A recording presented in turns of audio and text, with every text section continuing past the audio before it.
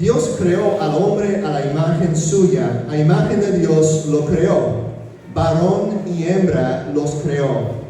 Dios los bendijo y les dijo: sean fecundos y multiplíquense, llenen la tierra y sométenla, ejercen dominio sobre los peces del mar, sobre las aves del cielo y sobre todo ser viviente que se mueve sobre la tierra. Unas observaciones básicas aquí. La primera observación que veo en este pasaje es que hay igualdad fundamental entre el hombre y la mujer. ¿Dónde veamos eso? ¿Dónde vemos esa verdad? Que existe una igualdad entre el hombre y la mujer. Ambos son creados a imagen de Dios, ¿verdad? No solo el hombre, no solo la mujer, los dos creados a imagen de Dios. Quiere decir que los dos tienen valor y dignidad como seres humanos. La mujer no es inferior al hombre, ni el hombre es superior a la mujer. Hay igualdad moral y espiritual entre ellos. Eso queda claro, ¿no? En este versículo 27. Dios los creó, varón y hembra los creó, a su propia imagen. Segunda verdad que noto aquí es que la humanidad se compone de dos géneros. Eso es algo muy obvio en el pasaje, pero algo no tan obvio quizás en mucha de lo que las personas, las autoridades, los profesores en las universidades, los que en la Secretaría de Educación, tanto en este país como en Estados Unidos, como en todo el mundo occidental, ahora están promoviendo una ideología de género que confunde todo eso. Ya no es tan clara la cuestión de cuántos géneros hay. Es todo un espectro.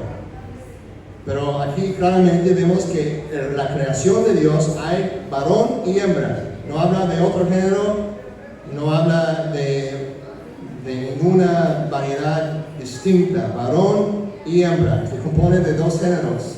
Tercera verdad, o tercera observación que notamos aquí en este pasaje: los varones y las mujeres tienen, o que vamos a notar aquí en Génesis 1 y 2, eso es más en el capítulo 2 donde notamos eso, que los varones y las mujeres tienen papeles diferentes, que los varones y las mujeres, aunque tienen muchas cosas en común por ser portadores de la imagen de Dios, también tienen papeles diferentes, son distintos en algunos sentidos.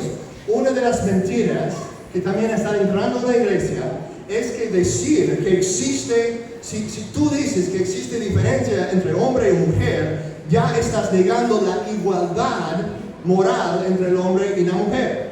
Mentira. La Biblia no tiene ningún problema con decir que hay igualdad fundamental y moral entre los sexos, entre el hombre y la mujer, y a la vez distinciones. Por ejemplo, a nivel muy básico, solo los hombres pueden ser padres, papás. Solo las mujeres pueden ser madres. Solo los hombres pueden ser hijos, solo las mujeres pueden ser hijas. Son papeles o roles básicos que en todas las culturas, en toda la historia del mundo, hasta muy poco, todos han estado de acuerdo en esas realidades muy sencillas, muy básicas de la humanidad. Pero podemos regresar a la fuente de eso, que es la palabra de Dios, y saber cómo definir las cosas correctamente. Bueno, la conclusión a todo eso: los hombres y mujeres son iguales y a la vez distintos. Iguales en cuanto a su dignidad humana, pero distintos en cuanto a sus roles. Este era el caso cuando fueron creados sin pecado y sigue siendo el caso después de la caída. Vamos a notar eso en Gálatas 3:28, que hay igualdad en Cristo entre hombres y mujeres. No hay judío, dice en Cristo, no hay judío ni griego, no hay esclavo ni libre, no hay hombre ni mujer, porque todos son uno en Cristo Jesús. Todos son uno. Hay una igualdad en Cristo. Pero esa igualdad en Cristo no borra las distinciones originales entre los géneros. El Nuevo Testamento sigue reconociendo los roles distintos entre hombres y mujeres en la familia, en el matrimonio y en la iglesia. 1 Corintios 11 son unos pasajes para buscar después y a lo mejor vamos a tener la oportunidad de verlos el próximo domingo. 1 Corintios 11, Efesios 5, 1 Timoteo 2, Tito 2, son algunos ejemplos que podría mencionar entre muchos en el Nuevo Testamento que reconocen que sigue, aunque somos uno en Cristo, sigue existiendo diferencia. Uno no puede decir, pues como soy cristiano, en Cristo ya no hay hombre y mujer, yo puedo convertirme, soy hombre, pero puedo convertirme en mujer si quiero, porque no importa. Porque todos somos uno en Cristo. No, la Biblia sigue reconociendo esas distinciones. Conclusión. En el reino de Dios, los hombres y las mujeres tienen el mismo estado espiritual y a la misma vez tienen ciertos papeles distintos. No todos los papeles son distintos, pero ciertos. Gracias.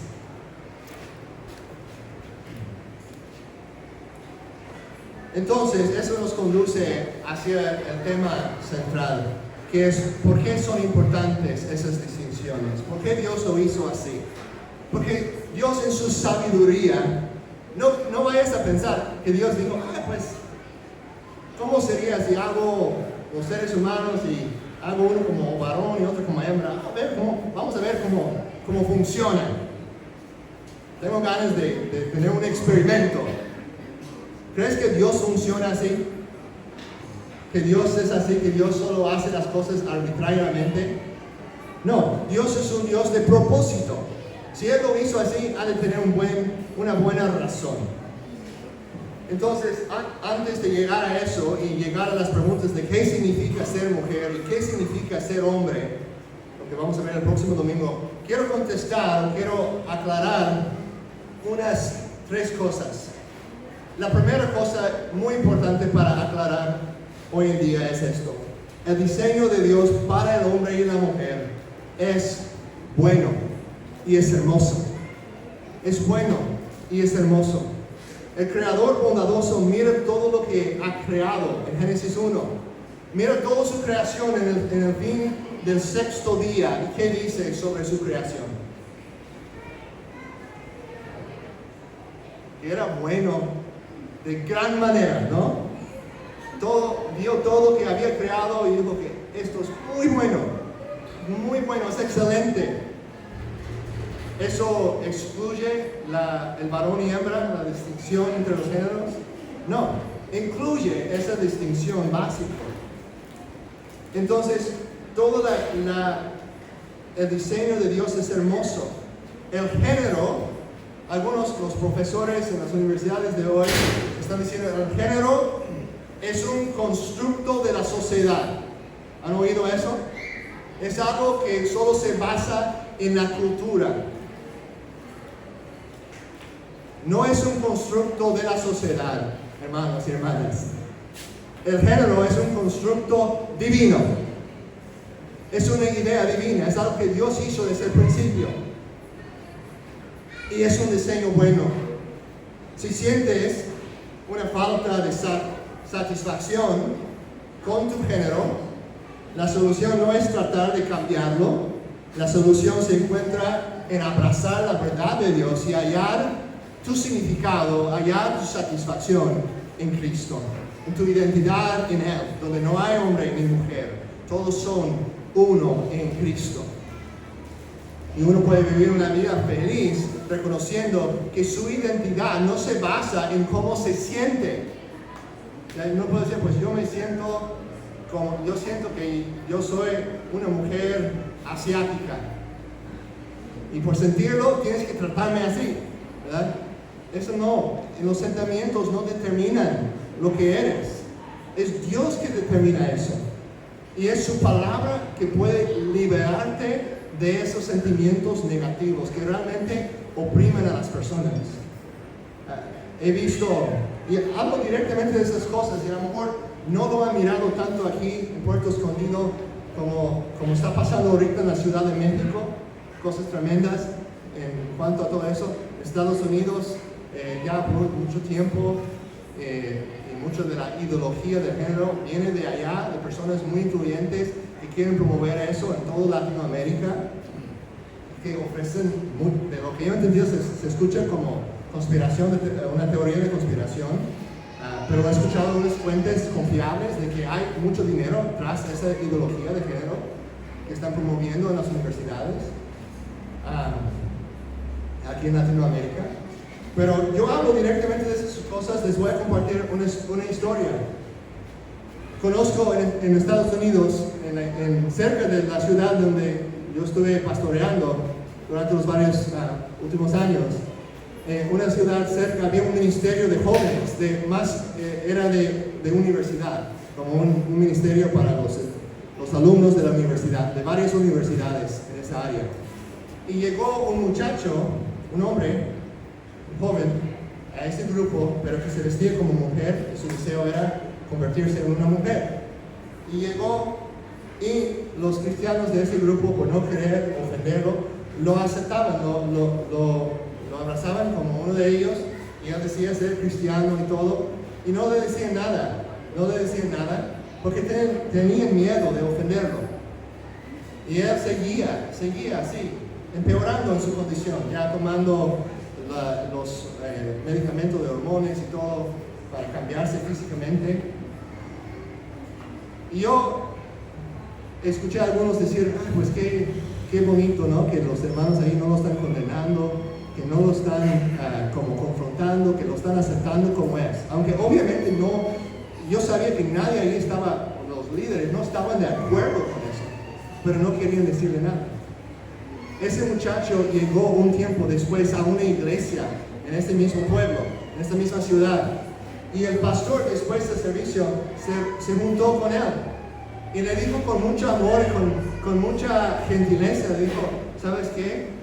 Le dijo por su nombre, dijo, tú eres un hombre, así Dios te hizo, y yo te amo y eres bienvenido aquí, te amo como amigo, te queremos como amigo, ¿no? Y estás bienvenido a venir a escuchar la palabra, pero no te vamos a tratar como mujer, no vamos a llamarte por ese nombre de mujer, porque no eres, eso no es quien eres.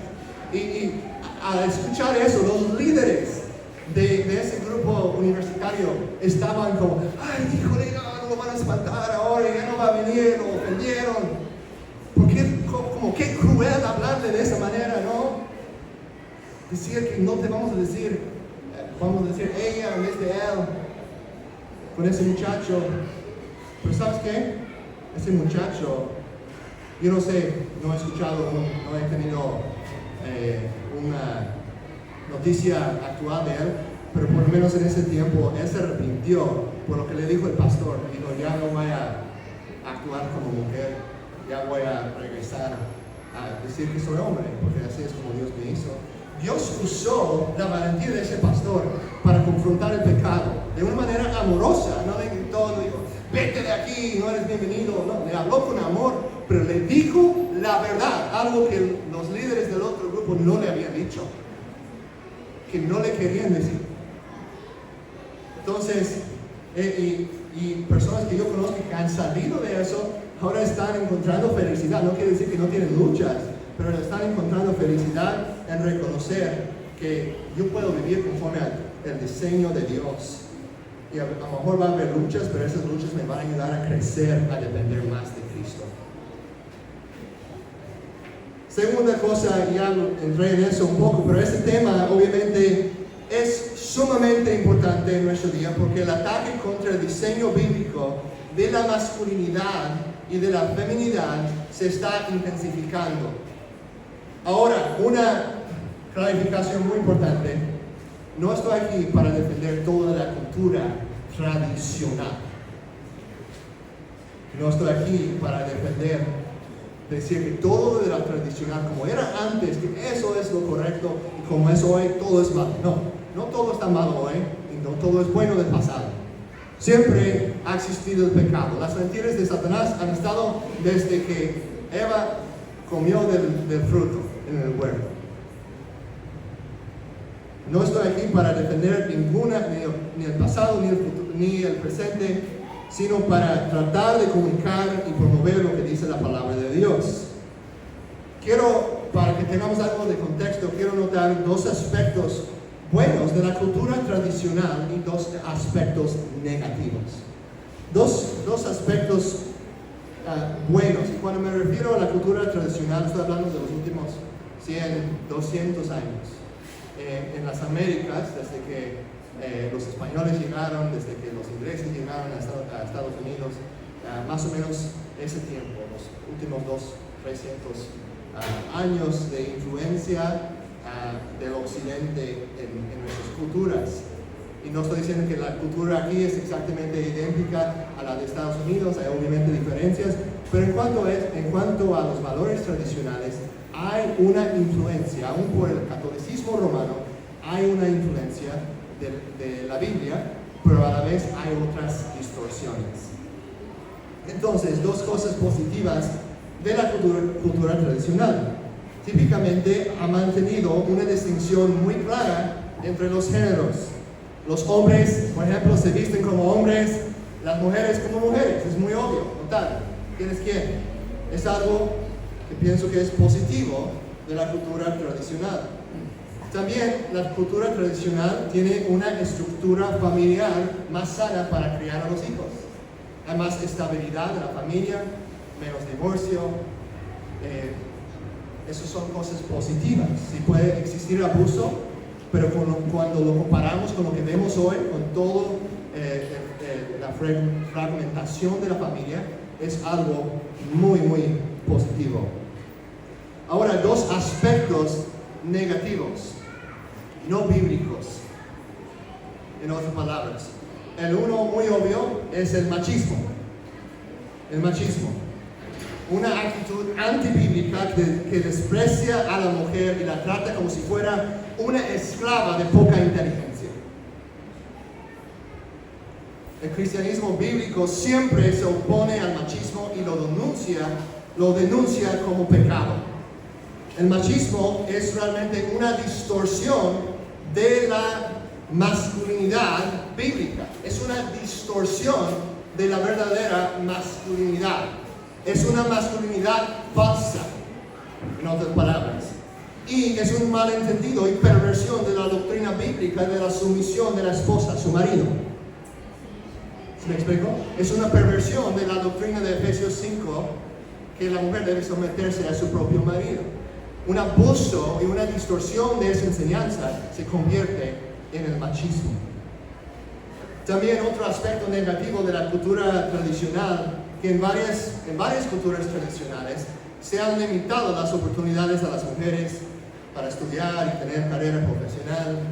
Su trabajo se limita al aseo y a la cocina. Y la Biblia francamente no enseña eso. Hay unos versículos que uno puede malentender para enseñar eso. Vamos a hablar de algunas de ellas el próximo domingo. Pero la Biblia no enseña eso. La Biblia, por ejemplo, en Proverbios 31, nos habla de la mujer virtuosa. Y es una empresaria, es una mujer de negocios, emprendedora, inteligente. Entonces, cuando nosotros, eso es importante familia, cuando estamos hablando con personas del mundo y deseando defender la palabra de Dios y defender las posturas bíblicas, no debemos confundir nuestra postura con la cultura tradicional. Porque ellos van a decir, pues mira el machismo, mira eso, no dejaban que las mujeres estudiaran. Pues eso estás atacando la cultura tradicional, que sí tiene sus influencias cristianas, pero también tiene sus otras influencias negativas, por el pecado. Yo no estoy hablando de eso, yo estoy hablando de lo que dice la palabra de Dios. No estoy para defender la cultura tradicional, ni moderna, ni postmoderna, sino la palabra de Dios. La tercera clarificación que quiero hacer es esta. Satanás ha usado el error del machismo como un trampolín para lanzar a muchas personas hacia otro extremo. Y ese otro extremo podríamos llamar el feminismo o el feminismo radical. Ahora, yo sé, tengo que dar una clarificación dentro de la clarificación. Yo sé que no todos los que se han llamado feministas han adoptado o abrazado las posturas posmodernas del feminismo. Es bueno defender los derechos de las mujeres, debemos estar a favor de eso, pero lo que tenemos que entender es que la gran mayoría, aunque hay cristianas y cristianos que han tomado ese título de feminista, la gran mayoría del pensamiento feminista en nuestro día es una ideología postmoderna que pertenece a una ideología que es conocido como el igualitarismo. El igualitarismo, que a la superficie parece como una buena idea, queremos que haya igualdad, pero ese igualitarismo es una agenda de parte de personas en las universidades, de parte de algunos gobiernos, de borrar las distinciones en la familia, las distinciones básicas en la sociedad, entre hombres y mujeres, entre papás y sus hijos.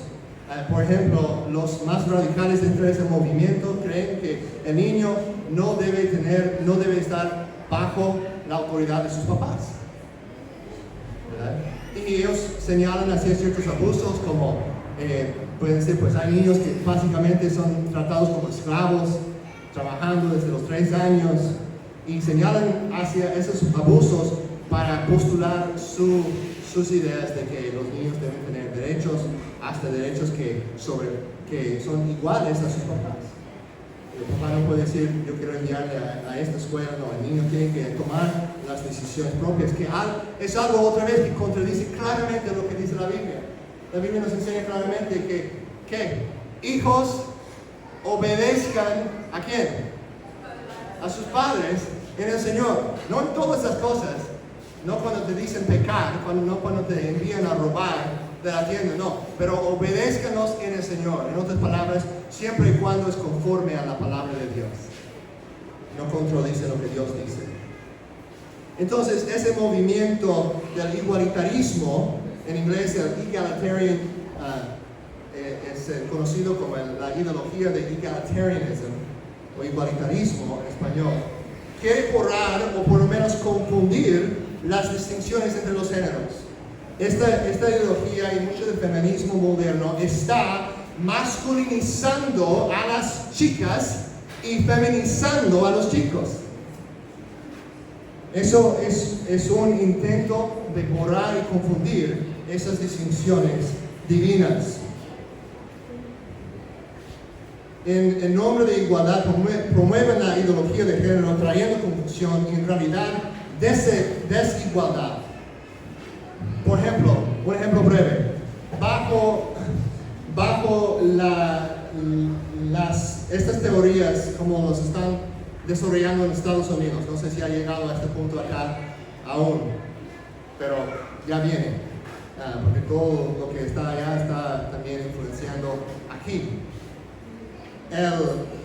Por ejemplo, un hombre africano o negro, como decimos allá en Estados Unidos, por ejemplo, debe ser protegido bajo la ley, debe tener los mismos derechos que una persona güera, una persona de piel menos oscuro. Pero ahora, bajo esa ideología del igualitarismo, ese hombre tiene menos oportunidades que un hombre homosexual de su propio color.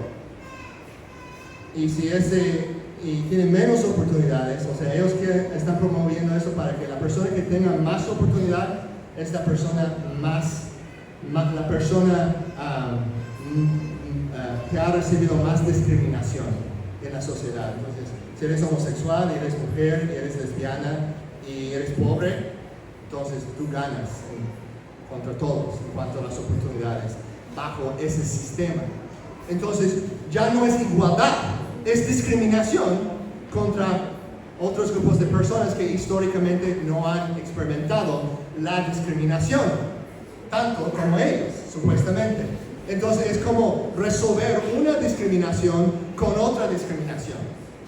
Eso no es igualdad, por eso realmente es un nombre falso, igualitarismo. Realmente no están tratando de pelear por los derechos iguales, sino quieren borrar las distinciones hasta tal grado que todos los que han sido los opresores históricamente no tengan nada. Y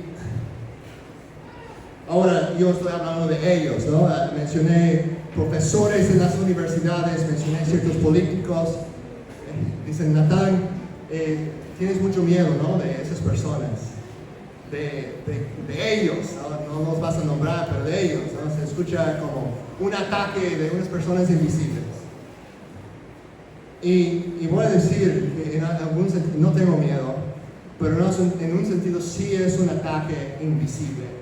Porque muchas de esas personas, muchas de las mujeres muy sinceras y hombres muy sinceros que están peleando por los derechos humanos, no saben que lo que están haciendo realmente es, atrás de eso, es una influencia satánica. Realmente hay un poder invisible que está promoviendo esas cosas, porque son ideas completamente antibíblicas y que van en contra de Dios. Entonces, los hombres, esta idea, aquí vamos a regresar al texto, ahora que he dado todo ese trasfondo, esas clarificaciones. El punto fundamental que Satanás quiere destruir es que los hombres necesitan a las mujeres y que las mujeres necesitan a los hombres, que necesitamos los unos los otros. Eso es bíblico. Podemos verlo claramente en Génesis 2:18. Entonces el Señor, aquí está en la pantalla, entonces el Señor Dios dijo, no es bueno que el hombre esté solo, le haré una ayuda adecuada. Adán necesitaba a Eva. Eso va completamente contra el machismo que dice, no, el hombre es superior, no necesito a la mujer, ella puede ser una esclava, ella no es tan inteligente, no necesitamos que participe en los votos, ni en el gobierno, ni nada, porque es tonta. Ese es el machismo, que cuando el hombre dice no necesita a la mujer. El feminismo moderno está diciendo, realmente las mujeres no necesitan a los hombres porque las mujeres pueden ser idénticos a los hombres. Entonces, las dos cosas son una distorsión de esa verdad fundamental que dice que hay una distinción y hay una dependencia mutua. No una dependencia, como hablamos hace unas semanas, que no es saludable, donde vemos a otra persona como si fuera Dios, dependiendo en ellos como si fuera nuestra diosa, ¿verdad? Es una cosa espantosa si yo pienso que mi esposa es mi diosa, porque ella no puede satisfacer los deseos más profundos de mi corazón, y esos deseos la van a aplastar en un momento si no los estoy buscando en Dios, ¿verdad? Así que no trates a tu esposa o a tu esposo como tu Dios, sino como un regalo precioso de Dios. Pero esas distinciones, vemos aquí, son esenciales a la creación, y no solamente en la relación del matrimonio. En la iglesia, nosotros los varones necesitamos a ustedes, las mujeres. Necesitamos la contribución que ustedes dan, y ustedes necesitan a nosotros. No más que necesitamos a ustedes, ni nosotros más. O sea, es algo igual en un sentido, pero hay una dependencia mutua entre hombres y mujeres desde el principio. ¿Sí me da a entender? ¿Sí ven eso? Por ejemplo, para cumplir la gran comisión, un ejemplo muy obvio, Adán y Eva necesitaban el uno a la otra, ¿verdad? ¿Cómo van a llenar la tierra? ¿Cómo van a ser fecundos y multiplicarse sin varón y hembra? Entonces, eso no representa la necesidad de todos los hombres, así de todas las mujeres, pero es algo que enseña una necesidad básica, que Dios nos creó para necesitar a alguien. Eso es clave. Dios nos creó para necesitar a alguien como nosotros, pero a la misma vez no como nosotros. Como mujeres, nosotros los hombres somos como ustedes, en el sentido de que todos somos portadores de la imagen de Dios, pero somos diferentes también, porque somos hombres. Necesitamos a alguien, necesitamos a otros que son como nosotros, pero a la vez no como nosotros. Es una separación fundamental, la más fundamental que existe de separaciones, es la separación entre el creador y la creación. Dios no es como nosotros. Es la separación fundamental. El igualitarismo quiere borrar esa distinción. Quiere decir que la humanidad es Dios, para que todas esas cosas estén iguales. Y fíjense, esa fue la mentira de Satanás. ¿Qué fue su engaño? Ustedes van a ser como Dios. En otras palabras, ya no va a haber distinción. Todo va a ser igual. Ahora, ellos eran como Dios en un sentido apropiado, eran creados a su imagen. Pero Él los tentó con borrar esa distinción entre ellos y el Creador. Entre la creación y su Creador. Fascinante, ¿no? Como desde el principio, esta ideología, estas mentiras están ahí. Ahora, nosotros vemos como todo eso nos señala hacia Cristo. Desde el principio, Adán no podía cumplir la misión sin Eva. Las diferencias, en otras palabras, son esenciales, no son arbitrarias. No podemos tener una iglesia saludable llena de hombres. No podemos tener una iglesia saludable llena de puras mujeres. Necesitamos los unos de los otros. El igualitarismo y el feminismo moderno dicen no hay distinción entre hombres y mujeres. Entonces lo chistoso es que según su ideología tú podrías tener una iglesia con puros hombres haciendo todo. Y ellos, a lo mejor algunos van a decir no es justo. No están dejando a las mujeres hacer nada. Pues qué importa si todos somos igual. Si todos podemos realizar las mismas cosas, entonces ¿qué te importa si son puros hombres? Porque no son tan diferentes que las mujeres. Pero profundamente en nuestro ser sabemos que hay una diferencia, ¿verdad? Sabemos que esa diversidad es hermosa. Tener hombres y mujeres, cada uno contribuyendo con los dones que Dios les ha dado. Eso es importante en la historia de Dios. Dios sigue marcando la importancia de esta distinción a su pueblo. En Deuteronomio 22:5, por ejemplo, vemos que para Dios es importante marcar eso. Y les está enseñando algo a su pueblo. Que esta verdad es más que la biología. Que tiene un significado más allá que solo lo físico. Dice, la mujer no vestirá ropa de hombre. Ni el hombre se pondrá ropa de mujer. Porque cualquiera que hace esto es abominación al Señor tu Dios. Las diferencias de género nos muestran que necesitamos a alguien que no es como nosotros. Es un recuerdo que necesitamos a Dios.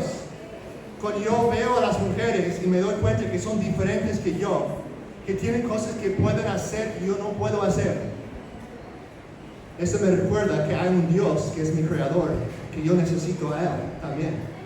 Cuando las mujeres ven a los hombres y notan esa distinción, puede ser un recordatorio de que hay una distinción entre nosotros y Dios y necesitamos a Él.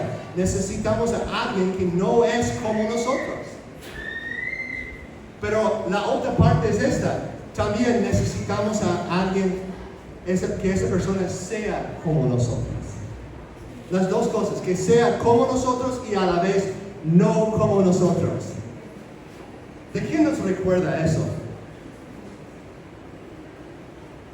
Cuando veo a mi esposa y me doy cuenta que ella es como yo, es una portadora de la imagen de Dios, un ser humano amada por Dios, como yo, pero a la vez diferente que yo. Es una mujer, es una mamá, es una hija, es una esposa, cosas que yo no puedo ser. Estoy recordando de las diferencias. Y eso me recuerda que hay uno que es como yo, pero a la vez no como yo. ¿Quién es? Jesucristo. Jesucristo es como nosotros. Él vivió una vida en la tierra, como nosotros, tentado como nosotros. Eso es como nosotros, pero sin pecado, no como nosotros. Él es como nosotros y a la vez no como nosotros. ¿Se lo ven? Humano, con luchas, enfrentando tentaciones, pero también Dios. Y como Dios, dependiendo del Espíritu Santo, nunca peca. Y lo necesitamos desesperadamente a Él para ser nuestro sustituto, para morir en nuestro lugar. Quizás nunca has pensado en el sexo opuesto de esa manera, pero puede ser un recordatorio para nosotros. Cuando tú ves a tu esposa, cuando ves a tu marido, cuando ves a tu hijo, a tu hija, a tu hermano, a tu hermana, de recordar, él es diferente que yo, pero es como yo también. Él tiene valor y dignidad como un humano, pero es un hombre. Algo que yo, si eres mujer, algo que yo no soy. Y eso me recuerda que yo necesito a Cristo, que es como yo y a la vez no como yo. Nota lo que dice aquí en Hebreos 4, 14 a 15. Teniendo pues un gran sumo sacerdote que trascendió los cielos, Jesús, el Hijo de Dios, retengamos nuestra fe, porque no tenemos un sumo sacerdote que no pueda compadecerse de nuestras flaquezas. En otras palabras, Él es como nosotros, ¿verdad? Sino uno que ha sido tentado en todo como nosotros, pero sin pecado, no como nosotros.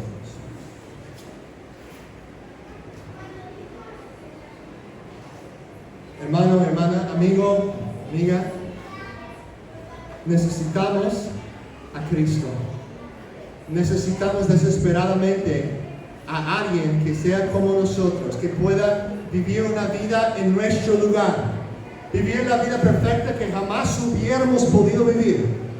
Alguien que podría morir la muerte que nosotros merecemos morir por nuestro pecado. Y alguien que podría vencer el enemigo por su resurrección que jamás hubiéramos podido vencer.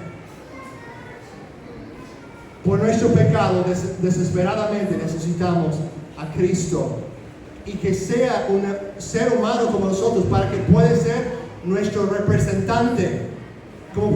Para que pueda ser nuestro sustituto. Pero a la vez necesitamos que no sea como nosotros.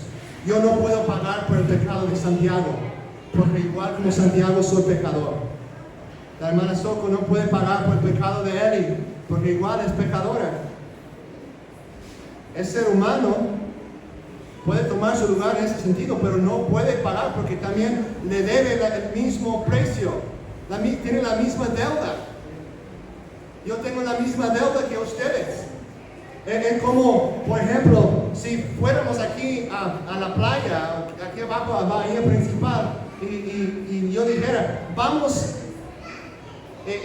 a nadar un rato ahí, ¿no? Y uno de ustedes, mi hijo Benjamín, vamos a ponerlo como ejemplo, está nadando ahí, y eso no le pasaría, no creo, porque puede nadar muy bien, pero vamos a suponer que empieza a luchar, ahí está muy lejos, y ya se cansa, y no puede regresar a la playa, y está gritando por ayuda. Está gritando por ayuda. Y ahí estamos, Santiago y yo y ¿quién más? Santos, y estamos en la playa. Y vamos a suponer que Santiago es el único que puede nadar. Santos y yo no podemos nadar. Y estamos ahí en la playa y Benjamín está diciendo, papi, ven a ayudarme. Y yo estoy diciendo, llame a Santiago porque él sabe cómo nadar. No quiero llamar a Santiago. Quiero que tú vengas. No, llámale a él. Pues no es justo, yo quiero que tú vengas. Pues lo siento, yo no tengo la capacidad de salvarte. Solo él que sabe cómo nadar tiene la capacidad de salvarte. Dice, ay, pues amor Santos, no, lo siento, Santos tampoco. Pues no es justo, ¿por qué Natán? ¿Por qué no Natán? ¿Por qué no Santos? ¿Por qué solo Santiago? Es el único que sabe cómo nadar. Entonces, ¿por qué no el Islam? ¿Por qué no el espiritualismo? ¿Por qué no ningún otro líder espiritual? ¿Por qué no saben cómo nadar? Solo Jesús. No tienen la capacidad de salvarte, solo Jesús tiene la capacidad de salvarte. Y por eso Él dice, yo soy el camino, la verdad y la vida. Nadie viene al Padre sino por mí. Es el único que puede salvar. Así que hoy, si tú no lo conoces, pon tu fe en Él, confía en Él, reconoce que Él es el único que te puede rescatar de tu pecado. Es el único que, siendo hombre como tú, que siendo ser humano como tú, puede ser tu representante perfecto, porque Él no tiene su propia deuda para pagar. Todos nosotros tenemos que pagar la deuda por nuestro pecado. Jesús no. ¿Por qué? Porque jamás pecó. Vivió una vida perfecta por nosotros. Podemos confiar en Él. Él es el camino. Así que, Padre, gracias te damos, porque tú eres bueno. No haces nada arbitrariamente, no haces nada sin propósito. Cuando nos formaste como hombres y como mujeres, como varón y hembra, fue un buen diseño. Y es un diseño que nos recuerda de nuestra necesidad de alguien más. Y no solamente nuestra necesidad de alguien más, sino nuestra necesidad de alguien más que a la vez es como nosotros, pero no como nosotros. Y gracias que Cristo vino y se hizo hombre, se hizo ser humano como nosotros, pero nunca pecó. Te glorificamos por eso. Y te pido, si hay alguna persona que todavía no ha confiado en Cristo, que en esta mañana pueda poner su fe en ti, Dios, que pueda decir: Padre, perdóname por mi pecado. Confío en lo que Jesús hizo en la cruz por mí, que Él tomó mi lugar como el sacrificio perfecto, como mi sustituto, como mi representante, y puedo ser perdonado en Él. Gracias. Padre, te pido que obres por tu Espíritu en la vida de cada persona aquí.